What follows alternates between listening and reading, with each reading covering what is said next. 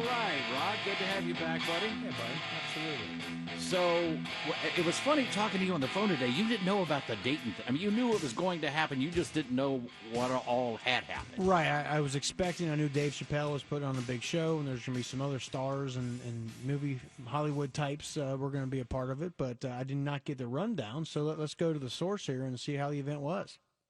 Here in the AcuteHearingCenters.com hotline from Channel 999 in Dayton.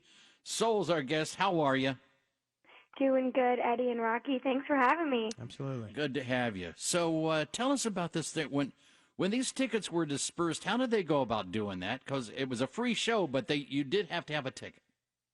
Absolutely. So it was a little bit non-traditional. The way that they had it was there was 20,000 tickets available, and it was kind of like whoever got word of it first, because the registration ended Wednesday night, and then folks were able to get a code if they were approved. We know a lot of people that were actually waitlisted and did not get a ticket, and it was completely random. It was, people from all over the spectrum were getting approved or waitlisted. But it was a free event, which was great for the community. So tell us a little bit about just what all went on. Again, I know Dave Chappelle did a little comedy routine. Who else was there? What other things happened in the event? So Dave Chappelle did host it. He planned the whole thing. It was his idea. They kept the lineup hush-hush. Now, Kanye West started off the day doing a Sunday service that did not take place at Gem City Shine, but just a few blocks away at this place called Riverscape Metro Park. They have a beautiful pavilion area there, and that was there was a lot of rumors that he would actually be at Gem City Shine, but he started off the day with Dave Chappelle over there doing his famous Sunday service, and then around 4 o'clock, Gem City Shine took off. We had so many different performers. Chance the Rapper was there, Tiana Taylor, Jon Stewart was there doing some skits. Stevie Wonder was the headliner, so that was in itself an amazing experience. I just seeing these celebrities doing this out of the goodness of their heart for no money and for good was really what the city needed. So let me ask you this: what was it? Was it all just kind of love and support and entertainment, or was there any political overtones to it? Were there, anti-gun messages, that sort of thing, or was it all, look, let's just kind of come together as a community and have a night of fun? I think that the intention was definitely to just have a night of fun, and obviously there's always going to be some people who just can't always have something to say, but one of the biggest things that I did notice was that everybody was being friendly with one another. A couple weeks ago when President Trump was in the area, and that was very fresh from the mass shooting incident, that same exact street was filled with hate and protest. So it was actually really, really magical to see everybody come together. Yeah. Great. So when did this thing start? About what you say, 4 o'clock-ish?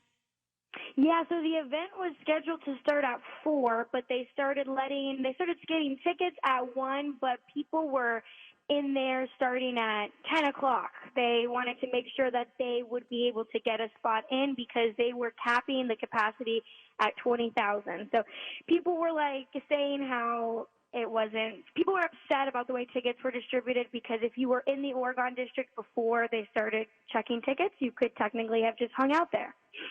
Oh, really? So you could have been down there having, say, Sunday brunch someplace and just hung out afterwards. That's exactly what a lot of people actually had to do. Wow, that's a good idea. Mm-hmm. Yeah. So there was zero trouble, though, from what I gather. I mean, it was just everybody just hanging and having a great time. Yeah, it really was. I think that was one of the biggest takeaways, and obviously the whole idea of the block party was to raise money and reclaim the Oregon district. So we raised a lot of money for the Dayton Foundation, which will all go to families and the victims from the shooting, but also to reclaim the Oregon district. And it was really cool because Dayton Mayor Nan Whaley actually proclaimed it to be National Dave Chappelle Day now, every August 25th. Oh, there you go. And I heard that, Dave Chappelle paid for a lot of this on his own dime. Is that correct? Yes, I also heard that he paid for all the security as well to be there. We had actually snipers on our roof here at our iHeart building. They were using our roof. Yeah, you would look up and see little things looking down at you. You're like, uh-oh. But That was really cool. And yeah, one of the lieutenants was telling me this was crazy. We put together an event that needs usually 10 months of planning, and we put it together in 2 weeks. So people really scrambled to make this possible. So let me ask you, because I don't know a lot about Chance the Rapper, but I understand he's a pretty big name. But Oh, yeah, he is. Stevie Wonder is my guy. Did he kick some serious ass? Oh, he did an amazing job. He obviously did. Signed, sealed, delivered. I wished in Sir Duke, and it was very magical. Everybody was just besides themselves. Excellent. So with that, we'll let you go. Take care. Thank you so much for chatting with me. Take care in Cincinnati.